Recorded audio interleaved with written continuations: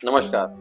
कभी कभी हम सोचते हैं कि ऐसे बहुत से संत हैं, ऐसे बहुत से नेता हैं जिनके लाखों फॉलोअर्स होते हैं, लाखों अनुयायी होते हैं। आखिर ऐसा कैसे हो जाता है कि उनके लाखों फॉलोअर्स, करोड़ों फॉलोअर्स होते हैं, अनुयायी होते हैं, जबकि और जिंदगी में हम देखें तो जो भी लोग, जो कामकाजी लोग हैं, काम करने वाले लोग हैं, जॉब करने वाले लोग हैं, बिजनेस करने वाले लोग हैं, वो जब कोशिश करते हैं कि मेरे साथ कुछ लोग मेरे साथ आ जाएं, मेरे साथ कुछ लोग इकट्ठे हो जाएं, मेरे साथ काम करने लगें, तो उनको वो रिस्पॉन्स नहीं मिलता है। उनके साथ में इतने जल्दी कोई नहीं आता है। आते हैं लोग लेकिन टाइम लगता है।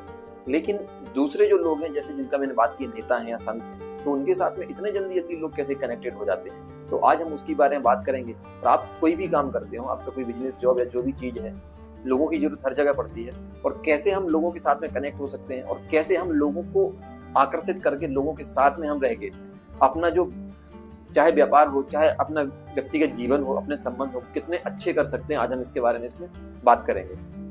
तो मैं बात करता हूँ कि वो जो सबसे बड़ी चीज है, सबसे बड़ा जो गुण है, वो होता है सद्भाव की भावना। सद्भाव मतलब होता है कि आपके दूसरे के प्रति कितने अच्छे भाव हैं। आपके दूसरे के प्रति जितने भी अच्छे भाव होंगे और वो भाव दूसरे को मालूम चल जाएंगे, तो वो व्यक्ति फिर क्या करेगा, आपको पसंद करने लगेगा। और पसंद करके फिर आप जिस तरीके की चीजें उनसे डिस्कस करेंगे, बात करेंगे, वो आपके साथ में वो उस तरह की चीजें करेंगे। अगर आप किसी भी फील्ड में और आपको लगता है कि लोगों को मैं आकर्षित करूं, लोग मुझसे कनेक्ट हों, लोग मुझे फॉलो करें, या फिर मैं भी उनसे अपने जो विचार हैं वो बांट सकूं, तो सबसे पहले आपको अपने अंदर एक भावना विकसित करनी है, और वो भावना है सद्भाव की भावना। सद्भाव का मतलब ही यही है कि जो हमारे भाव हैं वो बहुत अच्छे हैं, हमारे जो भाव हैं वो हितकारी हैं, और हमारे जो भाव हैं वो इतने अच्छे हैं कि लोगों को वो हमारे भाव पसंद आ रहे हैं। आप किसी भी बड़े नेता को देखें, आप किसी भी संत को देखें, उनके पास लोग सिर्फ इसी वजह से जाते हैं क्योंकि उनको लगता है कि इनके भाव मेरे लिए बहुत अच्छे हैं और ये मेरे बारे में अच्छा सोचते हैं, इसलिए मैं इनको फॉलो करूं। इसको हम अगर एक मॉडर्न भाषा का एक रूप दें तो इसको हम एक मास्टरमाइंड समूह कहते हैं। बेसिकली मास्टरमाइंड समूह क्या होता है? मास्टरमाइंड समूह एक कुछ लोगों का ऑर्गेनाइजेशन है। ऐसे लोग जो आपकी ही तरह कैसे हैं, जो आपकी तरह आगे बढ़ने वाले हैं, जो आपकी ही तरह सफलता के बारे में सोचते हैं कि मुझे भी सफल होना, जो आपकी तरह ही किसी न किसी फील्ड में आगे हैं। तो जब ऐसे लोगों के साथ में आप मिलते हैं तो आपको एक शक्ति का महसूस होता है, एक शक्ति महसूस होती है, एक एनर्जी आपके अंदर आती है, आपको एक पावर फील होता है कि इन लोगों के कांटेक्ट में जैसे मैं आता हूँ तो मुझे कुछ सीखने को मिल रहा है या मुझे कुछ करने को मिल रहा है। तो हम इसको मास्टर माइंड समूह की शक्ति कहते हैं। और इस शक्ति को हमने दो भागों में डिवाइड किया है। पहली होती है आर्थिक शक्ति और दूसरी होती है मानसिक शक्ति।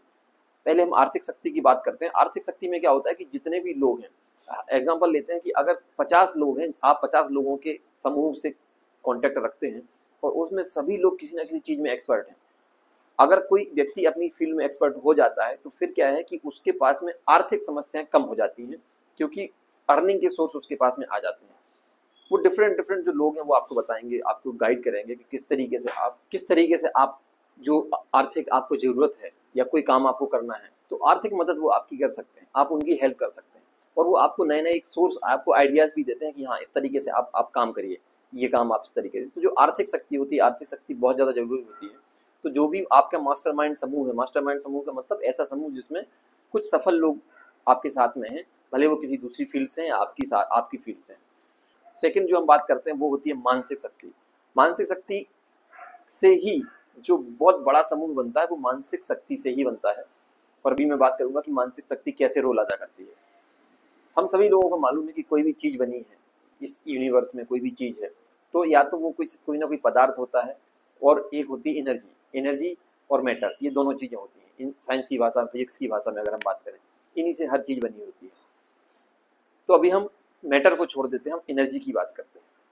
एनर्जी से क्या होता है कि जब दो अलग अलग लोग और उनके अंदर जो आध्यात्मिक ऊर्जा है, जब दो डिफरेंट लोगों की आध्यात्मिक ऊर्जा लगभग एक स्तर पर मिलती है, तो उन दोनों के अंदर एक दूसरे के लिए सद्भाव पैदा होता है, अच्छे भाव पैदा होते हैं।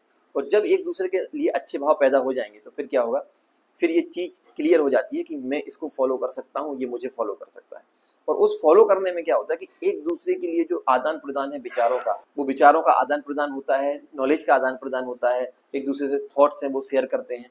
और वो जो समूह है, धीरे धीरे समूह बढ़ता जाता है, और उस समूह का, उस ग्रुप का, उस ऑर्गेनाइजेशन का एक इतना बड़ा विशाल रूप हो जाता है कि आपके अंदर जो क्वालिटीज कम थी, हो सकता है वो किसी दूसरे में हो, और वो क्वालिटीज का आपको फायदा मिलेगा। जो आपकी क्वालिटीज है उसका फायदा किसी और को मिलेगा।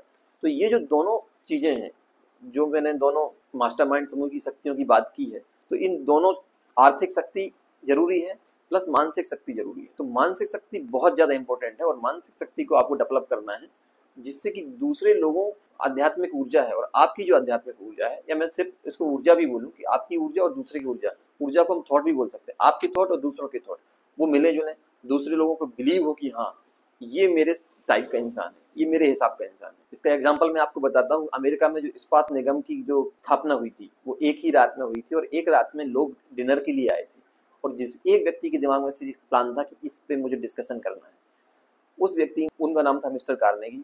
तो कार्नेगी ने उन जो 50 लोगों का समूह था उसमें अच्छे अच्छे बिजनेसमैन थे, अच्छे अच्छे लोग थे, तो उनके सामने ये रखा कि हम क्यों ना स्टील का प्रोडक्शन करें, स्टील की एक इंडस्ट्री सेटअप करें और उससे अलग अलग चीज़ें बनाएं और उसका क्या मार्केट हो सकता है, फ्यूचर कैसा रहेगा।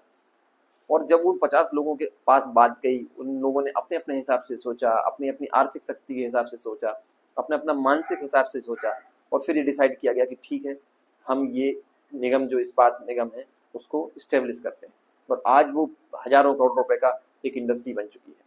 तो आप सोच सकते हैं कि वो 50 लोगों ने ये डिसाइड किया उस दिन कि हमें क्या करना है और आज वो चीज़ बहुत ऊंचाइयों पर है।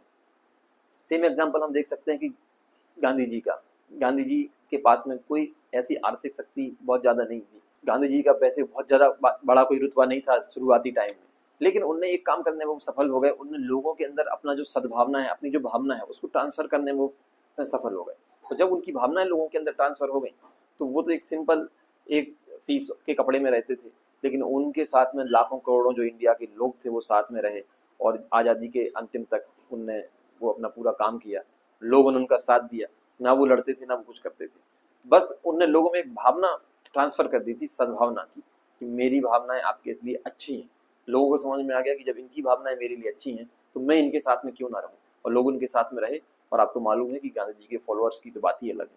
तो इसलिए आप जो भी बड़ा कोई काम करना चाहते हैं, बड़ा समूह स्टार्ट करना चाहते हैं, कोई बड़े ऑर्गेनाइजेशन स्टेब्लिश करना चाहते हैं, तो आपको सबसे पहले आपके, चाहे वो एम्प्लॉय हो, चाहे वो आपके साथ को वर्कर हो, चाहे कोई भी व्यक्ति हो, आपको अपना सद्भावना की भावना उनके अंदर डालनी पड़ेगी। जब उनको लगेगा कि अब ये मेरे लिए अच्छे सोचते हैं, अच्छे हैं मेरे लिए, तो फिर वो आपके लिए भी अच्छी अच्छी बातें विचार लाएंगे, आपके लिए साथ काम करेंगे, आपके लिए भी काम करेंगे और आप एक दिन अपना वो मुकाम हासिल कर लेंगे जो आप चाहते थे।